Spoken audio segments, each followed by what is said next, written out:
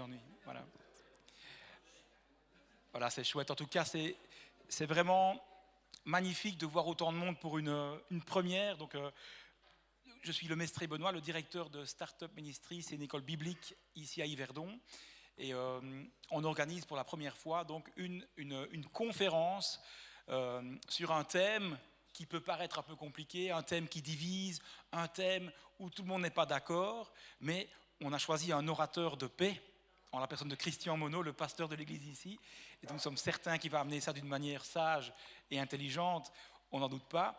Et donc c'est les conséquences intérieures et extérieures du baptême de l'esprit dans les récits lucaniens, donc chez Luc. En effet, on parle toujours du baptême Saint-Esprit et quand on parle de ça, on s'attend à beaucoup de bruit, de choses extérieures, du parler en langue, de prophétie, et clairement c'est biblique, mais l'Esprit, quand il baptise, quand il vient, il y a aussi un travail intérieur qui se fait et un travail de changement. Et c'est ça qu'on voudrait souligner, c'est un peu cette novation entre ce qui se passe de manière externe, mais aussi de manière interne. Et j'arrête ici, parce que c'est pas moi qui... Enfin, je vais laisser Christian le faire.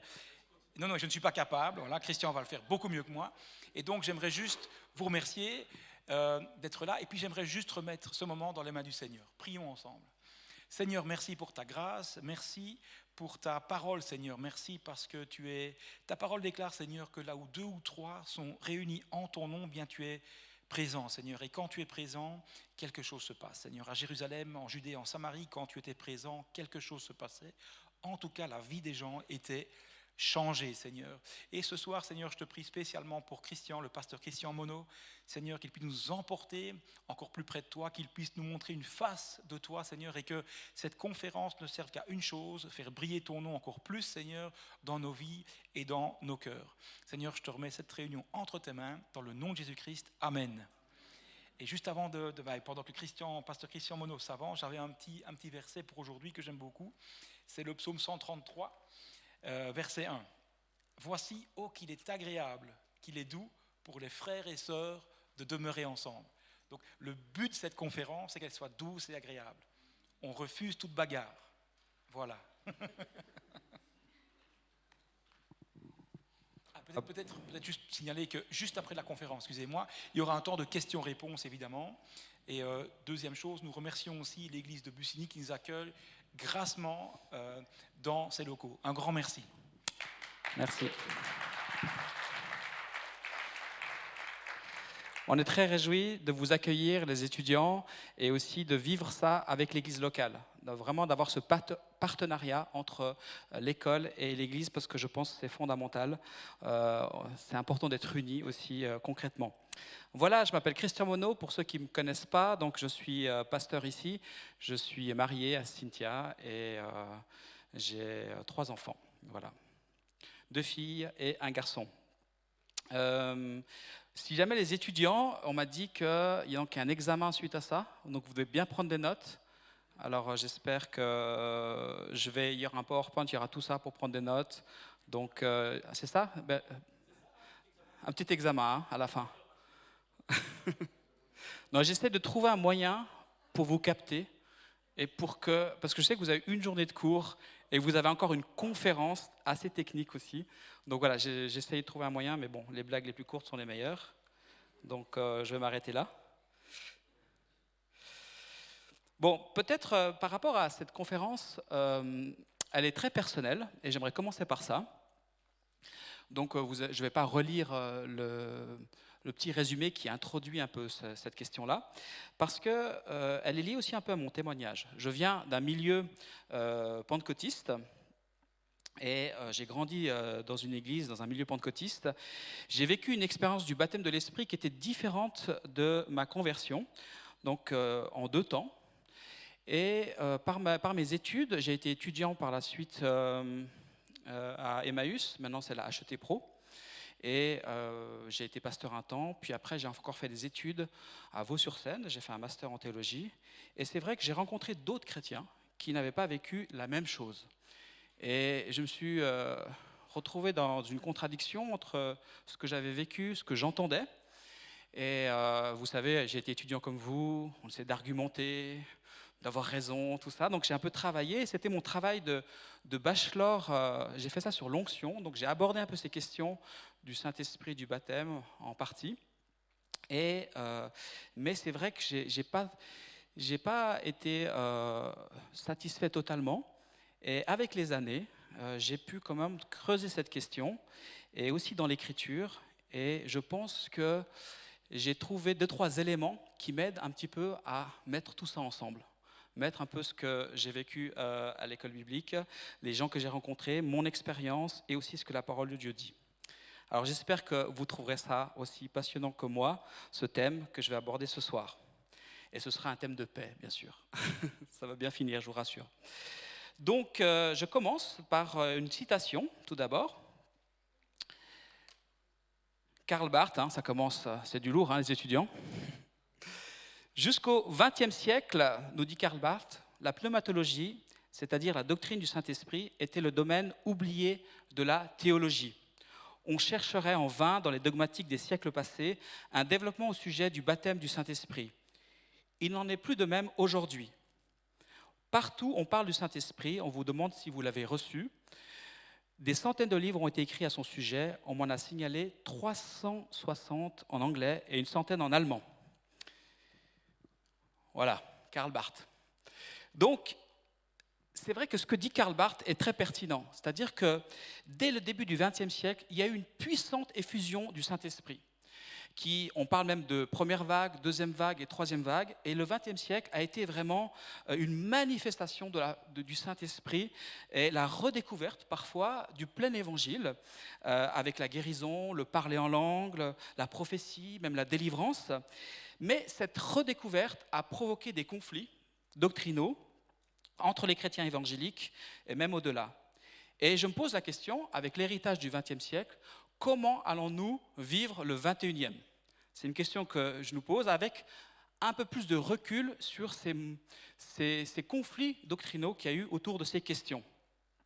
Et donc plus particulièrement, surtout, autour de la notion du baptême du Saint-Esprit, qui a été quand même une polémique à un certain moment. Et je pourrais résumer 2 tendances par rapport à ça. Il y a eu 2 tendances qui se sont formées. Et je vais essayer de trouver un nom qui va exprimer ces 2 groupes, ces 2 tendances. Parce que finalement, ça a traversé tous les courants, toutes les églises, toutes les dénominations, pour ou contre. Et je dirais qu'il y avait la tendance pentecôtiste. Quand je dis pentecôtiste, ce n'est pas forcément le mouvement pentecôtiste ou ça, mais c'est plutôt pour donner un petit peu un cadre, un peu un nom générique. Donc il y avait la tendance pentecôtiste ou charismatique et la tendance évangélique classique. Alors prenons quelques temps pour parler de ces 2 tendances. La position pentecôtiste ou pentecôtisante pose théologiquement que le chrétien, par rapport au baptême du Saint-Esprit, le chrétien fait l'expérience de la régénération par le Saint-Esprit, puis du baptême dans le Saint-Esprit, dont le parler en langue est un signe évident. C'est ce que déclarent les points 4 et 5 de la charte rédigée par le comité de la 16e conférence mondiale de Pentecôte, qui a eu lieu le 9 septembre en 1992 à Oslo, en Norvège. Voilà ce qui est dit, surtout les points 4 et 5. Nous croyons que pour le salut de l'homme perdu et pécheur, la régénération par le Saint-Esprit et par la foi en Jésus-Christ est absolument nécessaire. Point 5, nous croyons au baptême dans le Saint-Esprit avec l'évidence du parler dans d'autres langues, comme le Saint-Esprit donne de s'exprimer, selon Actes 2, verset 4, et à l'opération des dons spirituels et des ministères. Donc on voit bien qu'il y a la régénération, la nouvelle naissance, puis on parle du baptême de l'Esprit. C'est pourquoi j'aimerais citer un tenant de ce groupe, de ce camp, qui s'appelle Torrey, qui va dire la chose suivante. Et il décrit le livre des Actes, le début du livre des Actes. Voilà ce qui s'y passait. C'étaient des croyants baptisés, ils avaient été baptisés dans le nom du Seigneur Jésus. Nous pouvons être rassurés que parmi eux, il y avait des hommes régénérés. Et cependant, aucun d'eux n'avait reçu le Saint-Esprit ou n'avait été baptisé du Saint-Esprit. On voit donc que le baptême du Saint-Esprit est bien une opération du Saint-Esprit distincte de son œuvre de régénération et s'ajoutant à cette dernière. Dans la régénération, le Saint-Esprit, par sa puissance, donne la vie et celui qui la reçoit est sauvé. Mais dans le baptême du Saint-Esprit, C'est une puissance qui est donnée et celui qui la reçoit est équipé pour le service. Donc on voit bien une distinction entre la conversion et ce qu'on a appelé parfois une seconde expérience. À l'inverse, la position évangélique classique considère que le baptême de l'Esprit est reçu à la nouvelle naissance sans la nécessité d'un signe particulier autre que le fruit de l'Esprit, développé au cours de la vie chrétienne. Le baptême a lieu qu'une fois, c'est la nouvelle naissance, la régénération. Et c'est ce que certains textes disent, comme Paul dans 1 Corinthiens et dans Romains. En effet, comme le corps est un, tout en ayant plusieurs membres, et comme tous les membres du corps, malgré leur nombre, ne sont qu'un seul corps, ainsi en est-il du Christ. Car c'est dans un seul esprit que nous tous, pour former un seul corps, avons tous été baptisés, soit juifs, soit grecs, soit esclaves, soit libres, et nous avons tous été abreuvés d'un seul esprit. On voit bien que dans ce texte, il est dit que tous ont été baptisés dans l'esprit. Donc tous les Corinthiens, il s'adresse aux Corinthiens. Le chrétien reçoit l'esprit une fois pour toutes. Et c'est un signe ici qu'il est incorporé par l'esprit au corps. Tous ont été baptisés de l'esprit à la conversion. De plus, on voit que dans le texte de Romains, on voit que on ne peut pas confesser Christ si on n'a pas l'esprit. On ne peut pas être converti si on n'a pas l'esprit. C'est ce qui est dit dans ce verset. Donc Paul ici semblerait ne pas distinguer une réception du Saint-Esprit qui serait postérieure à la conversion. Et je vais encore citer un tenant de ce camp, quelqu'un qui est de ce côté-là, de ce bord-là, qui a écrit ceci. Aucun texte ne présente le baptême de l'Esprit comme une seconde expérience dont le but serait l'attribution des dons spirituels pour le service de Dieu. Cette vue qui considère le baptême du Saint-Esprit comme une expérience plus profonde de Dieu, marquée souvent par le parler en langue, crée des divisions. Ceux qui ont reçu le baptême sont dedans et ceux qui ne l'ont pas reçu sont dehors. D'où ce caractère divisif que prend souvent le mouvement charismatique dans les églises. Beaucoup de difficultés sont dues à l'emploi inadéquat de l'expression « baptisé dans le Saint-Esprit ». Je crois qu'on a bien posé le cadre des deux camps. Vous êtes d'accord, hein? Je crois on voit les deux positions vraiment apparaître clairement. Alors avant d'aller plus loin, j'aimerais faire deux, trois remarques préliminaires. Tout d'abord, je pense qu'on ne peut pas restreindre la Pentecôte à la régénération ou au seul don du parler en langue. Cela me semble trop limitatif. Puis un autre point intéressant, c'est l'expression baptisé de l'esprit ou baptême dans l'esprit. Il n'y a pas de différence. En grec, c'est toujours baptisé dans l'esprit. Toutes les occurrences qui ressortent disent baptisé dans l'esprit. En fait, c'est une expression, mais en fait, jamais elle n'apparaît comme ça dans le Nouveau Testament. Jamais il y a l'expression baptisé de l'esprit, comme on l'utilise dans notre formulation. C'est un verbe, baptizein. C'est une action. Ça veut dire que quelque part, c'est l'action de l'esprit. Donc il y a l'idée de mouvement. Il est toujours conjugué. Il n'est jamais sous la forme substantive comme un nom ou autre. Donc il y a toujours cette idée qu'on est baptisé. C'est une action. Donc c'est quelque chose qui n'est pas figé. Ce n'est pas un enseignement, une doctrine, quelque chose de figé, mais c'est vraiment quelque chose, il y a un mouvement. Et on y reviendra au cours de cette présentation. Alors regardons les occurrences où se trouvent ces expressions baptisées de l'Esprit, où elles sont. Il y en a 7. On voit que les 4 premières, c'est dans les 4 évangiles. Et c'est principalement Jean le Baptiste, qui les dit. En parlant de Jésus, qui dit que lui vous baptisera d'Esprit Saint et de feu. Dans Actes, c'est Jésus lui-même qui s'exprime. C'est plus Jean-Baptiste, c'est lui qui va dire « Car Jean a baptisé d'eau, mais moi, dans peu de jours, vous serez baptisés d'Esprit Saint. » Dans Acte 11, c'est Pierre qui s'exprime en citant Jésus. Jean a baptisé d'eau, il se rappelle la parole du Seigneur, mais vous serez baptisés du Saint-Esprit. Et puis la dernière, c'est celle que je vous ai lue tout à l'heure, il y a un instant. Donc comme on voit, c'est que Luc, qui a écrit quand même l'évangile, aurait pu reprendre ce verbe pour montrer l'action de l'esprit dans ses écrits. Donc Luc a écrit l'évangile de Luc et il a écrit les actes des apôtres. Donc c'est ça les évangiles, les écrits lucaniens.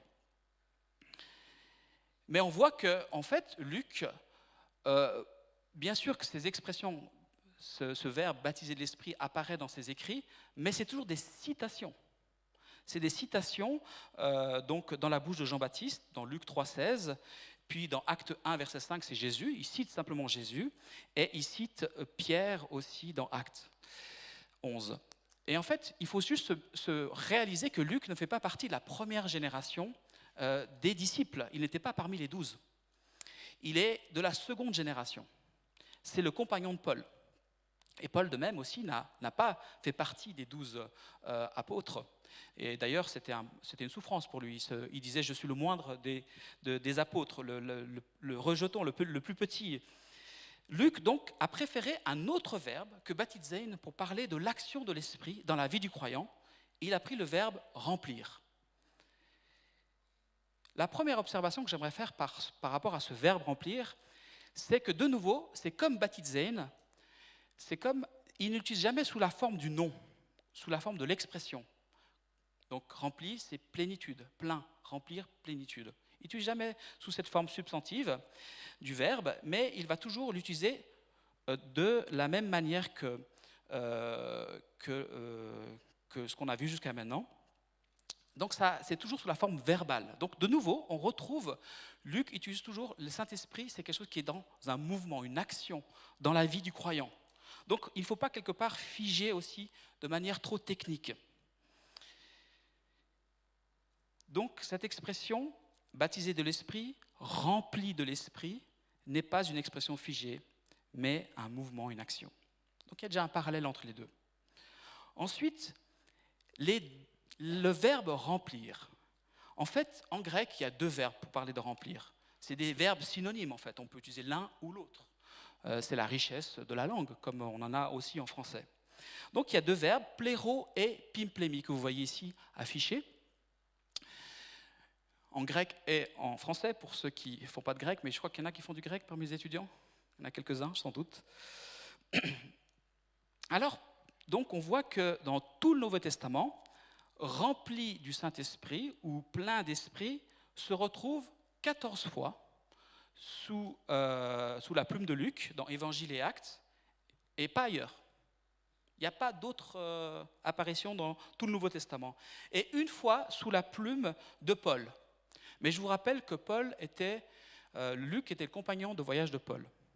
Et c'est dans l'épître aux Éphésiens que cette 15e expression, enfin ce 15e verbe plutôt remplir, apparaît. Petite parenthèse, je n'ai pas le temps de démontrer là, mais je suis presque certain que Paul a écrit la lettre aux Éphésiens alors qu'il était avec Luc. Mais je n'ai pas le temps de vous démontrer cela, mais il y a des indices qui vont dans ce sens-là, dans l'Évangile, dans les Évangiles, dans le Nouveau Testament plutôt. Alors, pour décrire comment l'Esprit agit dans le croyant, Luc va utiliser donc ces deux verbes synonymes pour parler de cette expérience du remplissage de l'Esprit. Mais ce qui est intéressant, ce n'est pas qu'il utilise ces deux verbes synonymes, mais c'est la manière dont il les utilise. Et c'est Henri Blochier qui a été le premier à mettre à jour cela pour le monde francophone dans les années 70. J'espère aller un peu plus loin ce soir. Mais en gros, il avait déjà trouvé tout cela, et il n'y a rien de nouveau. Et sur les 15 occurrences donc, de la Bible, Luc et Paul ne vont pas utiliser de manière interchangeable ces deux verbes synonymes. Luc va donner un sens particulier à l'un et un autre sens particulier à l'autre, et je pense conduit par le Saint-Esprit et inspiré par le Saint-Esprit pour décrire la manière dont le Saint-Esprit agit dans la vie du croyant. Ce que j'appelle une manière un peu duale, une manière différente d'agir dans cette action de l'Esprit dans la vie du chrétien. Et en fait, c'est pas un hasard, puisque Luc est quelqu'un d'assez précis. Luc était médecin, et dans ses évangiles, il est précis. Par exemple, par rapport aux autres évangiles, quand il est dit si quelqu'un te frappe sur ta joue, lui il rajoute droite pour préciser. Et c'est quelqu'un qui a fait un travail d'historien. Les Actes des Apôtres, c'est la première histoire de l'Église. Il a fait des recherches, on voit au début des Actes. Donc c'est quelqu'un qui a le souci du détail et qui a le souci de la précision. Et il voit cette Église primitive se développer, il voit ce mouvement de l'esprit arriver, et il se dit, mais comment mettre ça par écrit de manière précise et de manière juste. Alors nous allons voir un peu plus en détail ces deux verbes et comment il les utilise. On va commencer avec pimplémi, qui est le premier verbe. Donc il l'emploie 8 fois sur 15 fois, pimplémi. Et ce verbe est presque à chaque fois utilisé pour parler de quelque chose d'instantané.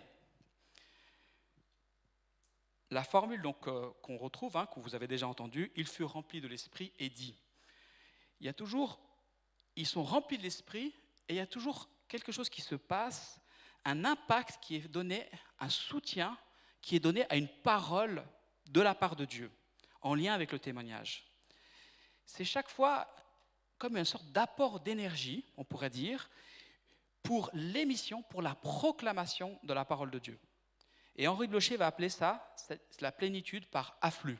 C'est comme un afflux d'énergie, un afflux de la puissance du Saint-Esprit pour permettre de parler avec autorité, avec assurance, une sorte de libre parler, avec des miracles qui accompagnent cette parole de Dieu pour toucher les cœurs.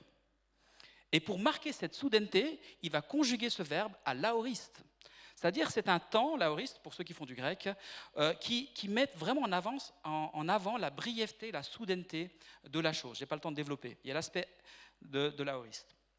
Donc, et puis cette plénitude-là, ce remplissage de l'esprit, si on peut dire, il y a un mouvement vers l'extérieur. Donc il y a cette parole qui est donnée, il y a un soutien, une assurance à cette parole, mais aussi pour le témoignage. Et parfois avec la pratique d'un don particulier, un charisme. Et là, je peux très bien mettre en rapport ce verbe, cette action, avec ce qu'on entend des fois de manière typique dans le mouvement pentecôtiste, le revêtement de puissance, je ne sais pas si vous avez déjà entendu, en vue du témoignage. Et j'appellerais cette plénitude de l'esprit extérieur. Revêtement de puissance pour le témoignage. Alors on va regarder ensemble les passages où apparaissent tous ces versets et où apparaît ce verbe pimplémi. Luc 1, verset 15. Il sera rempli de l'Esprit Saint, donc on parle de Jean-Baptiste, dès le ventre de sa mère et ramènera beaucoup de fils d'Israël au Seigneur leur Dieu. Donc il est parlé de Jean-Baptiste qui sera un prophète puissant en parole et qui va amener la repentance au peuple d'Israël. Donc il y a l'idée aussi de toucher les gens, de ramener. Il y a cette notion aussi du témoignage. Luc 1, verset 41. Élisabeth fut remplie d'Esprit Saint et s'écria d'une voix forte. Donc il y a une parole d'autorité. Elle est remplie, pimplémi, parole d'autorité, une voix forte d'ailleurs. Et dans la suite, elle fait un poème prophétique où elle va montrer l'importance, la révélation du fils que porte Marie, sa cousine, donc Jésus, va montrer l'importance. Va révéler qui est cet enfant, en fait, qui pourrait paraître un enfant comme un autre, mais non, il est particulier, cet enfant. Luc 1, verset 67, Zacharie, donc le père de Jean-Baptiste, fut rempli d'Esprit Saint et prophétisa en ces termes. Donc il prophétise là, il est rempli et il prophétise. Dans Acte 2, verset 4, je vais un peu vite. Non, c'est bon. Acte 4, verset 8. Alors Pierre, rempli d'Esprit Saint, leur dit. Donc là, on est passé dans le livre des Actes, on est dans l'Église primitive, on a changé, on est passé à autre chose. Donc les disciples, donc c'est Pentecôte là, ils furent tous remplis d'Esprit Saint, c'est pimplémi ici, et se mirent à parler en d'autres langues selon ce que l'Esprit leur donnait de s'exprimer. Donc c'est un parler en langue qui va toucher les gens autour d'eux. Il ne faut pas oublier que Pentecôte, les gens accourent, entendent parler dans leur langue. Donc ça touche, et ils sont hors d'eux-mêmes, ils sont dans l'étonnement, ils ont le cœur vivement touché. Il y a la prédication de Pierre qui amène beaucoup de gens à la conversion. Donc, Pimplémi ici. «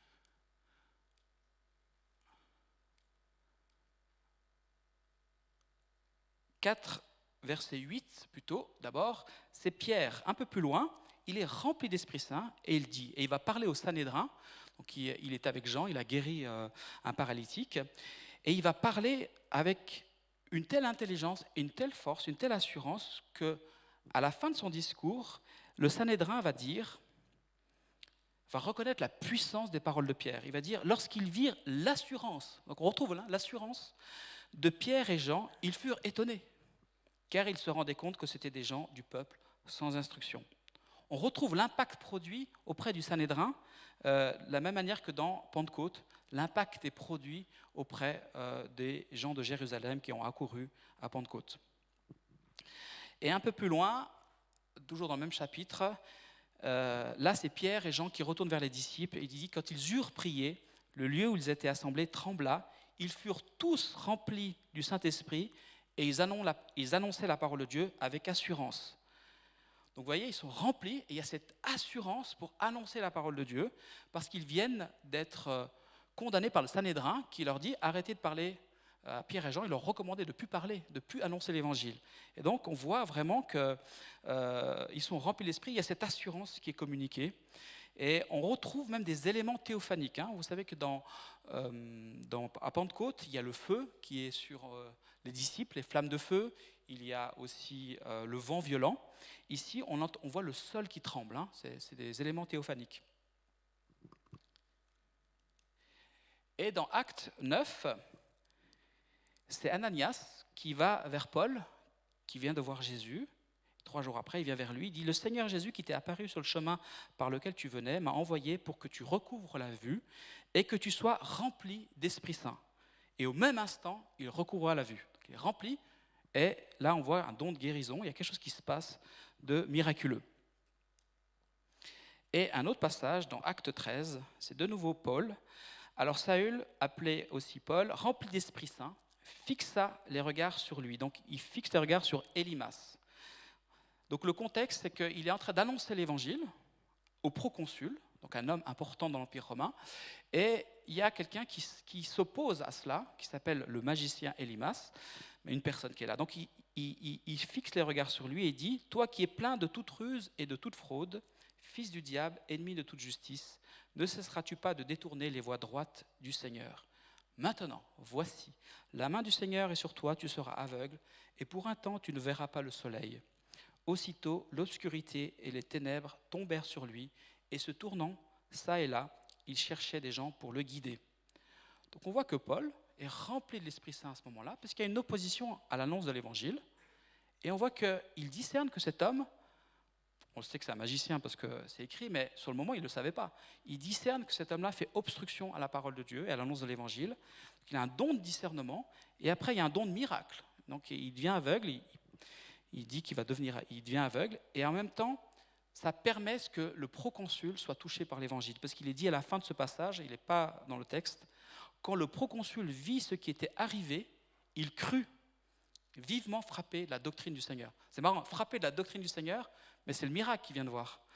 Donc vous voyez, le miracle ouvre le cœur du proconsul pour accueillir l'évangélisation, la parole de Dieu qu'il est en train de proclamer à cet homme. Donc après ce cursus biblique, on voit que cette plénitude peut se vivre plusieurs fois. Elle est renouvelable. Dans tous les textes que je vous ai cités, 3 fois Pierre vit cette plénitude. Il fut rempli 3 fois. Est-ce qu'il n'a pas été rempli une première fois ? S'il est rempli, pourquoi il a besoin d'être rempli une deuxième fois ? Donc 3 fois, il est rempli à Pentecôte, il est rempli devant le Sanhédrin, quand il s'exprime, et il est rempli quand il est avec les disciples à la fin du chapitre 4. 3 fois, il est rempli du Saint-Esprit. Paul, 2 fois dans les textes qu'on a eus, est rempli du Saint-Esprit. Il est rempli à sa conversion, 9 verset 17, et il est rempli quand il est devant le proconsul pour témoigner. Donc on voit que cette plénitude, elle est renouvelable. Et j'aimerais vous donner donc maintenant une définition après avoir vu le contenu biblique. Cette plénitude, et pour utiliser un mot qui est peut-être plus du milieu pentecôtiste, cette onction, met le croyant au bénéfice d'un afflux soudain d'énergie spirituelle au service de la parole pour une pratique efficace du ministère. Cette plénitude onction se manifeste par la hardiesse, l'assurance, le libre parler, l'autorité spirituelle et s'accompagne de signes, de prodiges et de miracles qui attestent la véracité de la parole prononcée. Elle est synonyme de puissance, elle procure au croyant la capacité d'accomplir son ministère avec efficacité. Cette onction doit être renouvelée, ranimée. Et je pense que c'est cette même puissance qui a été aussi accordée à Jésus, même si on n'est pas Jésus, on est d'accord? Jésus est unique, hein, mais c'est cette même puissance qui a été accordée à Jésus lors de son baptême, qui lui a procuré la capacité d'accomplir son ministère. Dans le prolongement du ministère de Jésus, nous sommes aussi appelés à accomplir les mêmes œuvres. Et il me semble qu'on peut mettre sans trop de difficulté ce qu'on vient de voir en parallèle avec ce que les pentecôtistes appellent le baptême de l'Esprit, selon leur compréhension. C'est ça que les pentecôtistes disent quand ils parlent du baptême du Saint-Esprit. Ils parlent de pimplémie. D'accord? Très bien, on va continuer avec le deuxième verbe, pléro. Alors là, c'est un verbe différent, pléro, et parfois il apparaît aussi avec l'adjectif plérès. C'est un petit peu différent que pimplémie. Et là, c'est une autre approche, la manière dont il conjugue Luc. Par exemple, si on prend dans Éphésiens, quand il dit « soyez remplis de l'esprit », c'est un présent continu. C'est « soyez continuellement remplis de l'esprit ». Il n'y a plus cette notion de soudaineté, mais il y a cette notion de durabilité. Donc, soyez remplis, pléro. Voici dans les cas où on doit être continuellement rempli de l'esprit. Et cette expression, avec l'adjectif « être plein de l'esprit », est très souvent associée à des qualités permanentes. Par exemple, plein d'Esprit Saint et de foi, plein de la joie du Seigneur. Et c'est le deuxième usage que fait Luc, en fait, et que Henri Blocher a appelé plénitude, saturation.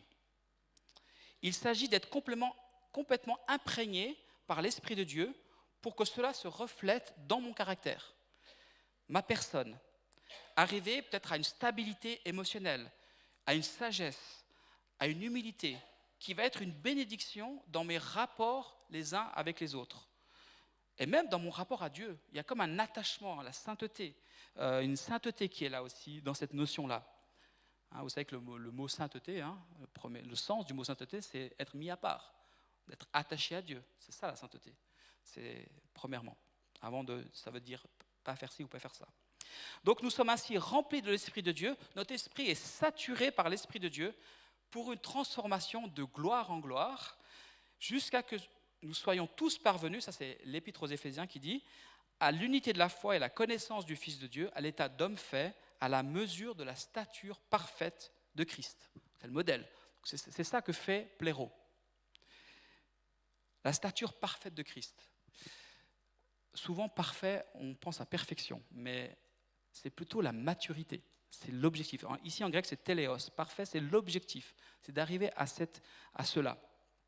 Donc, j'appellerais cette plénitude la plénitude de l'esprit plus intérieure, parce que c'est l'imprégnation du caractère de Christ. Il y a quelque chose qui touche dans l'intimité, dans ma relation à Dieu et dans ma relation aux autres, mais c'est quand même plus intérieur. Alors, on va regarder les différentes occurrences de cette plénitude, de ce verbe pléro qui apparaît 6 fois chez Luc et 1 fois par l'apôtre Paul. Donc on va commencer par l'apôtre Paul, ce sera fait.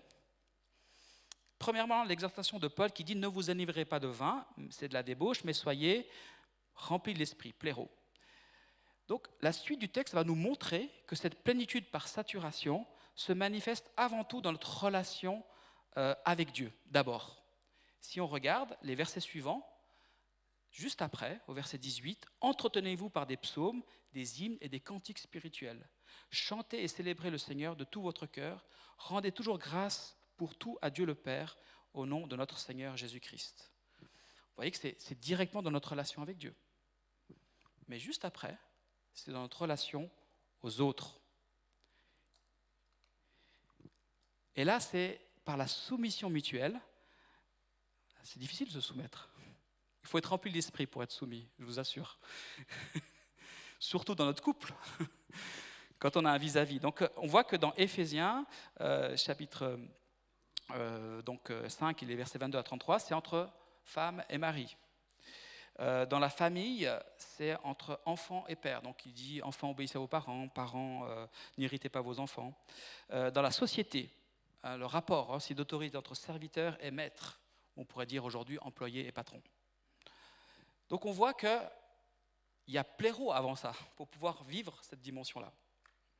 Si on continue dans les autres citations, dans Luc 4, Jésus, rempli d'Esprit Saint, donc pléro, revint du Jourdain et fut conduit par l'Esprit dans le désert où il fut tenté par le diable pendant 40 jours. On voit qu'ici que l'Esprit va remplir Jésus pour le rendre triomphant de l'épreuve, la tentation au désert. La tentation donc, bien sûr que Jésus était Dieu, donc mais c'est quand même ce que nous indique le texte. Donc il y a cette persévérance dans l'épreuve, cette force de caractère de remporter la victoire dans ce domaine-là. Parce qu'on est seul dans le désert, seul face à soi-même. Acte 6, verset 3. On voit que pour le choix des diacres, on précise, donc c'est au début de l'histoire de l'Église, c'est pourquoi, frères, choisissez parmi vous 7 hommes de qui l'on rende un bon témoignage.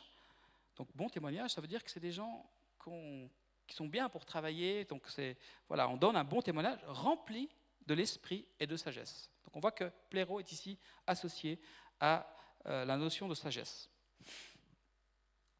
Ensuite, on va parler d'Étienne, qui a été élu comme homme plein, pléro, plein de foi et d'Esprit Saint. Ensuite, dans Acte 7, de nouveau Étienne, qui est rempli et qui fixe le regard vers le ciel et vit la gloire de Dieu. Donc cette intimité avec Dieu, et ça lui permet de remporter une épreuve terrible qui est la lapidation à ce moment même. Il est en train d'être lapidé à ce moment-là. Dans Acte 11, verset 24, c'est Barnabas, envoyé de Jérusalem, qui était un homme bon, plein d'Esprit Saint et de foi. Et dans Acte 13, les disciples, quant à eux, étaient remplis de joie et d'Esprit Saint. Donc ici, c'est la joie qui est associée à pléro. Donc nous voyons aussi que cette plénitude est durable, elle se développe sur le temps, et elle est en relation directe avec la maturité chrétienne et le fruit de l'esprit. Mais le fruit de l'esprit est amour, joie, paix, patience, bonté, bienveillance, fidélité. Fidélité, c'est foi, hein. Homme plein de foi et d'Esprit Saint, douceur, maîtrise de soi. Donc j'en arrive finalement à une définition de pléro. Ce verbe sert à exprimer une plénitude durable, dans l'utilisation qu'en fait Luc, bien sûr. Une imprégnation du caractère de Christ par la présence du Saint-Esprit. Cette plénitude du deuxième type correspond davantage à la maturité chrétienne. En ce sens, elle a un revêtement plutôt intérieur, car elle concerne la transformation du caractère de la personne, apporte la stabilité. Même si cela se manifeste dans le comportement du chrétien, c'est-à-dire que ça se voit quand même, c'est extérieur, il y a cette notion quand même, mais la manifestation est un peu moins visible que pimplémie. Le croyant manifeste d'une manière courante et régulière le fruit de l'esprit. Cette onction ou cette plénitude se traduit pratiquement dans une nouvelle qualité de vie et elle doit être l'expérience normale et régulière de tout chrétien. Donc nous voyons que ces deux racines verbales, ces deux verbes, expriment une dualité différente de l'action de l'esprit dans notre vie, dans la vie du croyant, c'est-à-dire deux facettes différentes, mais en même temps complémentaires, de l'esprit dans la vie du croyant.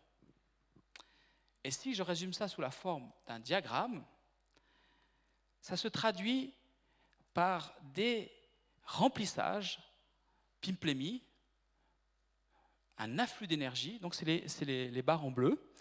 Donc il y a cet afflux d'énergie, donc il y a une montée de plénitude, de remplissage de l'esprit subite et qui se renouvelle. C'est pour ça qu'il y a plusieurs barres dans le temps, qu'on peut vivre plusieurs fois.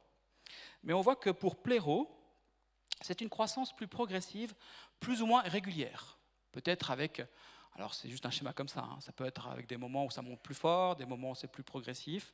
Voilà, c'est l'action de l'esprit dans ce domaine-là. Et je redis aussi une chose importante, c'est que dans les deux cas, pléro ou plimplémie, il y a une manifestation. Il y a quelque chose qui se passe qu'on voit. Ils furent remplis et, il y a toujours, ils furent remplis et, ils étaient dans la joie. Oh, ils prophétisèrent. Donc il y a toujours une manifestation qui accompagne cela, qui est parfois plus extérieure ou parfois plus intérieure. Ça, c'est pour poser un petit peu ce schéma un peu par rapport à ça. Et je peux déjà faire une petite remarque. On peut mettre en relation le baptême de l'esprit et la plénitude, déjà dans l'utilisation du verbe, comme je vous l'ai montré. Et on pourrait affirmer que l'esprit nous baptise et nous fait entrer dans la vie de l'esprit où se manifestent le pléro et le pimplémie. Mais ça, je vais y revenir. En regardant ce schéma, il y a deux risques qu'on peut vivre, qu'on peut courir en tant que chrétien, parce que vous savez que le Saint-Esprit, on peut s'ouvrir et se fermer à son action. D'accord ? On est toujours libre face au Saint-Esprit. Et on pourrait se fermer, par exemple, au pléro et plus s'ouvrir au pimplémie. C'était un petit peu le cas des Corinthiens qui avaient tous les dons, mais qui vivaient quand même, qui avaient une vie un peu dissolue quand même. Pour des gens qui avaient des dons, ils n'étaient pas tellement dans le pléro. C'était moi je suis de Paul, moi je suis d'Apollos, ils se divisaient, il y avait des histoires aussi de sexe qui se passaient, des choses pas très belles quoi. Mais pourtant ils avaient des dons. Paul a quand même écrit sur beaucoup, sur les dons spirituels. Donc je pense qu'ils mettaient beaucoup l'accent sur le pimplémie, mais peut-être un peu moins sur le pléro. Et ça, on peut le voir des fois autour de nous, aujourd'hui encore, dans l'Église. On peut se dire, mais il a prophétisé, mais regarde sa vie, quoi. Elle n'est pas en adéquation avec ce qu'il est en train de faire. Et ça choque des gens, parce qu'ils se disent, mais attends, il donne une parole de Dieu, et puis regarde comme il vit, là. Mais parce qu'il est dans le pimplémie, mais pas tellement dans le pléro, vous voyez ? À l'inverse, on peut se fermer au pimplémie un peu, et puis s'ouvrir plus au pléro. C'est bien, parce que du coup, on est quelqu'un de humble, on est travaillé, on est quelqu'un de transformé intérieurement, on est un homme plein de foi, enfin voilà, il y a beaucoup de choses. Mais par contre, il manque cette puissance pour le témoignage. Il manque la puissance de l'évangile, la puissance de la guérison, des délivrances. Et on peut vivre peut-être une vie chrétienne au ralenti. On peut se priver finalement de cela qui est quand même à notre disposition. Surtout aussi pour faire avancer l'évangile. Donc ma thèse est de dire ce soir que si le baptême de l'esprit est une pièce de monnaie, pour donner une image, je dirais que pléro et pimplémie sont les deux faces de cette pièce de monnaie, de cette pièce du baptême du Saint-Esprit. Et je pense qu'il nous faut revenir au sens plein et entier du baptême de l'Esprit. Un sens double, mais complémentaire. Alors, du coup, ça pose vite des questions. Est-ce que c'est une expérience unique ou une expérience plurielle ? Il y a une seconde expérience ou pas ? Alors, je vais vous répondre à la manière vaudoise, ni pour ni contre, oui et non. Oui, je dirais oui, les deux sont possibles. Je vais vous expliquer pourquoi. Les tenants de la thèse de dire le baptême du Saint-Esprit, c'est lié qu'à la conversion, ils ont raison. C'est l'entrée dans la vie de l'Esprit. Et souvent, ils font un parallèle en disant mais le baptême, c'est la première fois. Le sens du mot baptême, c'est la première fois. C'est la première fois qu'on entre dans la vie de l'Esprit. Et c'est vrai. Et d'ailleurs, il y a un parallèle entre le baptême d'eau et le baptême du Saint-Esprit.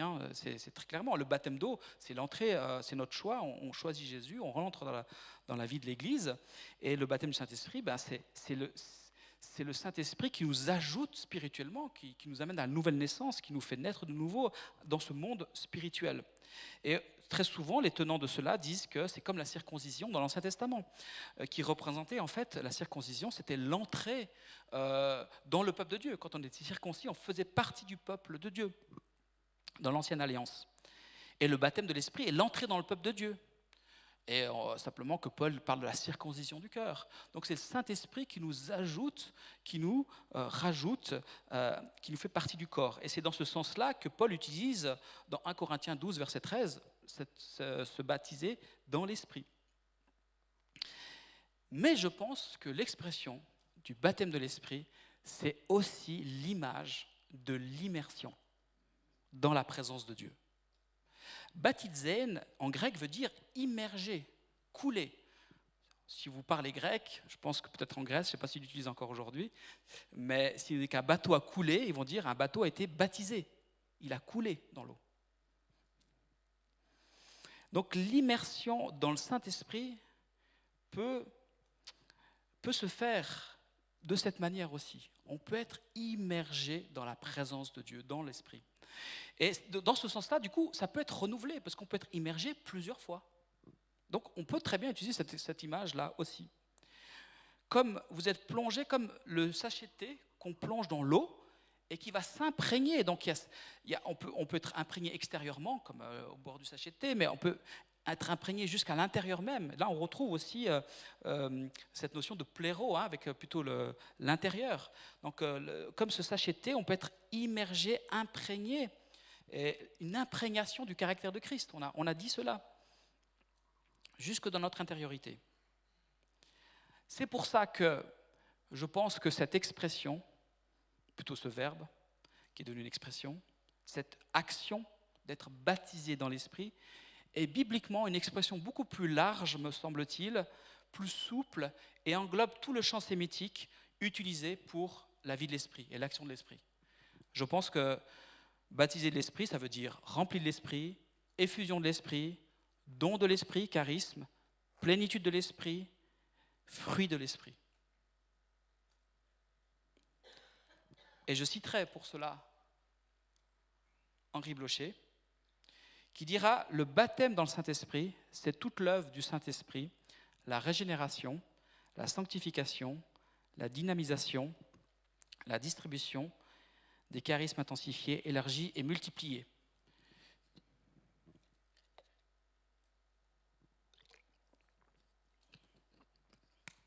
Mais je n'ai pas terminé. Tout d'abord, par rapport à ces deux tendances, pentecôtiste et évangélique classique. Je pense que les évangéliques classiques ont plus insisté, comme je l'ai dit, sur la plénitude par saturation, pour mettre en sourdine parfois ce revêtement de puissance au service de la parole qui s'accompagne de charisme. Et à l'inverse, les pentecôtistes parfois ont plus insisté sur la plénitude par afflux, négligeant ainsi la maturité chrétienne, l'humilité, la sainteté, le caractère chrétien, le renoncement. Par contre, je vois que dans les mouvements de réveil, dans l'histoire, Pimplémy a été remis un peu au goût du jour, parfois. Cette plénitude par afflux a été parfois redécouverte. On le voit. On dit le plein évangile, c'est qu'on a redécouvert la manifestation de la puissance de Dieu, la guérison. Mais j'irai plus loin. Parfois, dans les mouvements de réveil, il y a eu la redécouverte de pléro. On le voit dans les mouvements de sainteté. Les mouvements de sainteté qui travaillaient vraiment beaucoup plus sur cette sanctification, etc., qui l'ont vécu aussi de cette manière. Donc c'est le mouvement de réveil de l'esprit qui fait tout cela. Et c'est avec enthousiasme, je pense aussi que les pentecôtistes ont redécouvert la plénitude par afflux et a encouragé les gens à vivre, en tout cas au XXe siècle, à vivre cette dimension de cette réalité-là qui a été redécouverte. Et ils l'ont peut-être peu mis par écrit, ils l'ont principalement vécu, je crois. Et ça s'est manifesté par un formidable élan vers l'extérieur de l'Église, de l'évangélisation et de la manifestation aussi de la puissance de Dieu qui ont amené beaucoup de gens à Christ. Et je me suis posé la question, mais pourquoi en fait le XXe siècle ? Mais quand on réfléchit, le XXe siècle, c'est le siècle où il y a une explosion exponentielle, je dirais, des natalités. On est passé du début du XXe à la fin du XXe, on est passé à 8 milliards, on était beaucoup moins. Donc il a fallu un mouvement de l'esprit qui amène vraiment qui puisse toucher toutes ces personnes, tout ce monde aussi qui avait besoin d'être touché par l'évangile. Et les mouvements d'église qui ont accueilli cette dimension ont connu cette formidable croissance, et peut-être au dépit, en négligeant peut-être justement le suivi, la sanctification de certaines choses, mais en tout cas, il y en a qui l'ont connu. Et puis il y a des mouvements d'église ou des églises qui ont refusé aussi cela, et qui n'ont pas connu aussi forcément pleinement cette croissance. Alors, la critique qu'on peut faire aux pentecôtistes et au pentecôtisme a été, à mon avis aussi, d'avoir insisté de vivre une expérience, et non pas les expériences. Des fois, une expérience passée, qui s'est aussi sclérosée, qui s'est réduite. Et on a vu ce soir que Pimplémie peut être renouvelé, revécu. Et on a pu se crisper sur une expérience avec seulement la manifestation d'un seul signe, le parler en langue.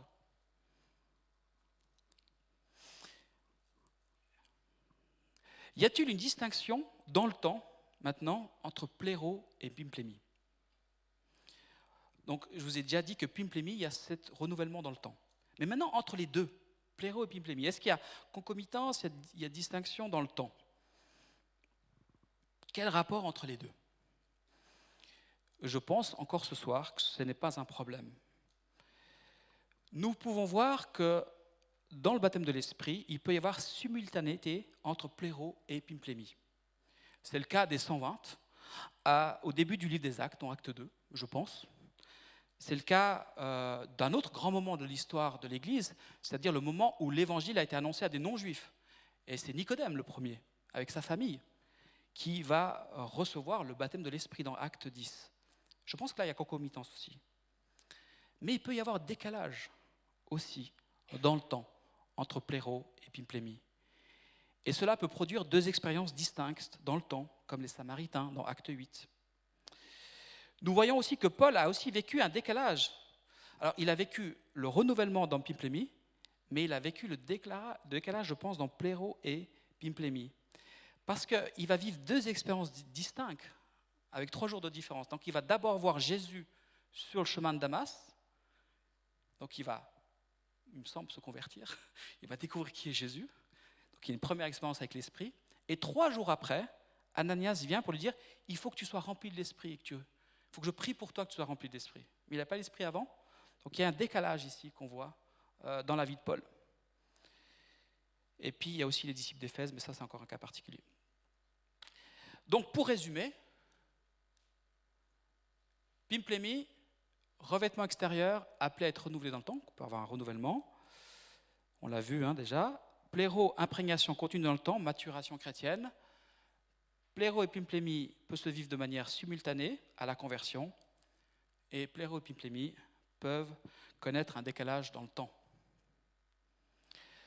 Peu importe si c'est 1 ou 2 temps, voire plus, chaque chrétien devrait souhaiter vivre l'action du Saint-Esprit extérieurement et intérieurement, que ce soit pléro ou pimplémie, que ce soit un renouvellement ou que ce soit une progression aussi du pléro dans notre vie, un renouvellement du pimplémie.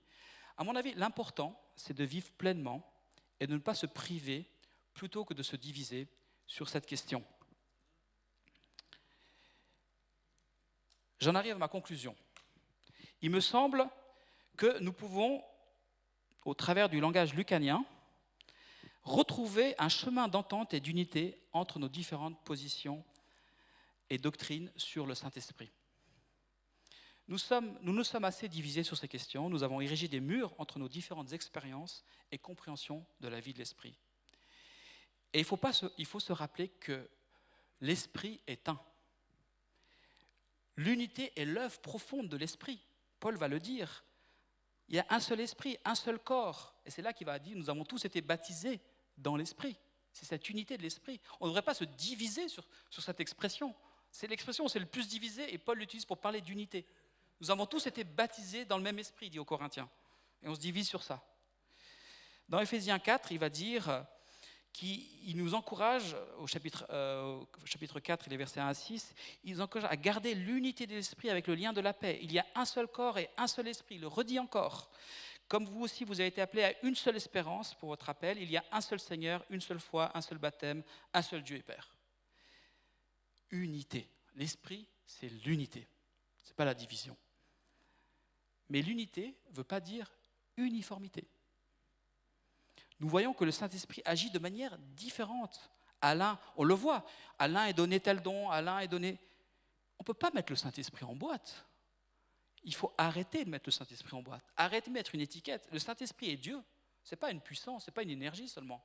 C'est une personne. Et il agit comme il veut et de manière différente. On l'a vu avec pimplémie, pléro, comme nous l'avons démontré. Et je pense que nous avons quelque chose à apprendre de la pratique des uns et des autres. Nous avons quelque chose à apprendre des pentecôtistes. Ils ont quelque chose à nous apprendre, mais la position évangélique classique, ils ont aussi quelque chose à nous apprendre. Les pentecôtistes ne sont pas l'unique détenteur du Saint-Esprit et de son action. Mais je terminerai sur une note d'ouverture. Encore, on va aller un peu plus loin dans l'ouverture. Est-ce que maintenant qu'on peut dépasser ce clivage, est-ce qu'il ne serait pas temps d'arrêter de critiquer les autres mouvements ou de vivre peut-être dans une nostalgie du passé et de commencer à ouvrir des espaces dans nos églises pour être remplis du Saint-Esprit? Est-ce qu'il ne serait pas temps de ne pas se tromper de combat finalement? Le défi, c'est de garder cette ouverture à la vie de l'Esprit. Il est là le défi.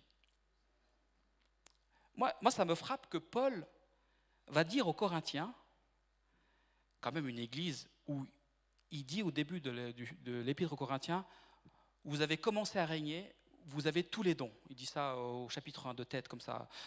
Il ne vous manque aucun don. Alors certains disent c'est ironique, etc. Moi, je ne suis pas sûr que c'est totalement ironique. Il y a peut-être un peu d'ironie, mais je pense que les Corinthiens vivaient vraiment des dimensions que, même moi, pour mon église, mais j'aimerais vivre déjà juste ce qu'ils vivaient. Peut-être pas une partie, comme je vous l'ai dit tout à l'heure, mais vivre en tout cas vraiment les dons spirituels comme ils le vivaient. Et qu'est-ce qu'il va leur dire? Aspirer aux dons. Il va leur dire à eux, aspirer aux dons. Il est en train de parler des dons spirituels qui vivent déjà beaucoup, aspirer encore aux dons, aspirer aux dons les meilleurs. Paul va dire aux Éphésiens, soyez remplis de l'Esprit, soyez continuellement remplis de l'Esprit. Et il y a une forme impérative, il y a un encouragement pressant. L'urgence est là. C'est ça qui est important, c'est d'être rempli de l'Esprit. Il dit aussi, toujours dans Éphésiens, on l'a lu tout à l'heure, entretenez-vous. Il y a une invitation à être intentionnel. Est-ce qu'on est dans une église où on favorise, est-ce qu'il y a une culture dans notre église de l'accueil du Saint-Esprit, de l'ouverture au Saint-Esprit? Ça, c'est une question que je me pose. Dans ma vie, personnellement. Est-ce qu'il y a des espaces dans ma vie où je prends cet espace pour dire, mais Seigneur, je veux attendre, je veux être rempli de ta présence? Est-ce que nous favorisons cela? Est-ce que nous libérons du temps dans nos agendas pour cela? Ou est-ce que le culte, c'est trop long? Ça, j'ai déjà entendu.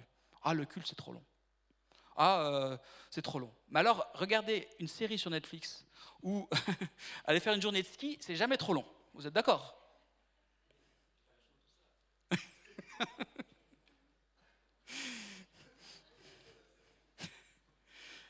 Est-ce qu'on prend du temps pour attendre l'Esprit dans une société où tout va plus vite, où nos agendas sont remplis, où les algorithmes des réseaux sociaux font tout pour prendre notre attention et nous laisser sur les réseaux sociaux? On vient de vivre une conférence sur ça en ce moment. Donc, est-ce qu'on n'est pas tellement pris par tout ça et on n'a plus d'espace pour Dieu? Vous savez, les mouvements de réveil, les gens restent tout le temps, sont tout le temps ensemble, ils cherchent cette présence de Dieu. C'est une caractéristique du mouvement de réveil. D'ailleurs, on entend parler qu'actuellement, il y a un endroit où il se passe ça. Mais pourquoi? Mais tout le reste tombe. Parce on est dans cette réception, dans ce temps, cette immersion de l'Esprit.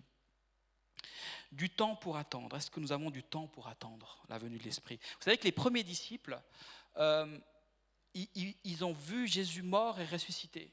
Ils ont été 40 jours après lui, après sa résurrection. Jésus leur a dit, allez, faites de toutes les nations des disciples. Donc ils sont dans les starting blocks pour partir, pour annoncer l'évangile. Et Jésus leur dit, attendez à Jérusalem. Ils viennent de vivre tout ça, mais ils sont prêts à partir. Et Jésus leur dit, attendez ce que mon Père a promis. Parce que c'est le Fils et le Père qui envoient l'Esprit. C'est pour ça que c'est lui qui nous baptise de l'Esprit. C'est le Fils et le Père qui envoient. Et donc il y a cette attente-là, j'imagine, mais bon, ils n'ont pas attendu longtemps, c'était une semaine entre l'Ascension et Pentecôte. Mais ils ont quand même dû attendre une semaine. Est-ce que nous, on est prêt à attendre une semaine? 10 jours, ouais. Donc j'aimerais vous laisser avec cette réflexion. Est-ce que nous avons des espaces d'attente dans nos vies, dans nos cultes, dans nos programmes chargés d'église, dans nos vies remplies d'activités? Le Saint-Esprit ne force pas. Il ne va jamais forcer votre agenda, mais il attend que nous attendions, pour vous faire un jeu de mots, que nous aspirions. Voilà, je vous remercie pour votre attention.